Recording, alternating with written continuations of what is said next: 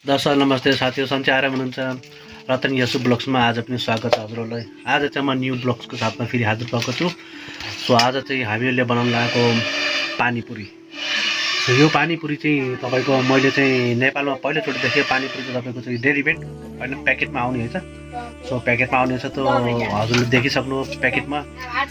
So यो प्याकेटको पानीपुरी चाहिँ अब कस्तो चाहिँ खाएपछि बल्ल थाहा हुन्छ होइन। यो चाहिँ हो हाम्रो पानीपुरी, रेडिमेड पानीपुरी। यसरी चाहिँ प्याकेटमा आउँछ। यो पानीपुरी चाहिँ नेपालमा पाउने पानीपुरी।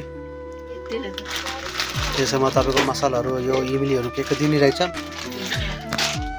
पट्टि चाहिँ पानीपुरीको लागि चाहिँ यो आलुको चोखा प्याज सेज हालेर खोर्सानी हालेर बनाएको हाम्रो म्याडमले बनाउँदै हुनुहुन्छ। यता चाहिँ तेल तातिसक्यो। यो चाहिँ यता आलुको चोखा अनि यता राम्रोसँग बनाऊ, राम्रोसँग। तेल अहिले तातेन, उठ्यो उठ्यो फुला।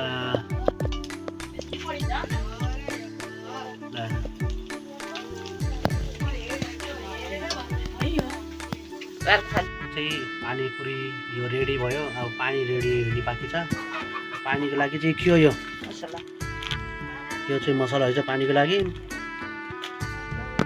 चाहिँ पानी बनाउनुको लागि यसमा इमली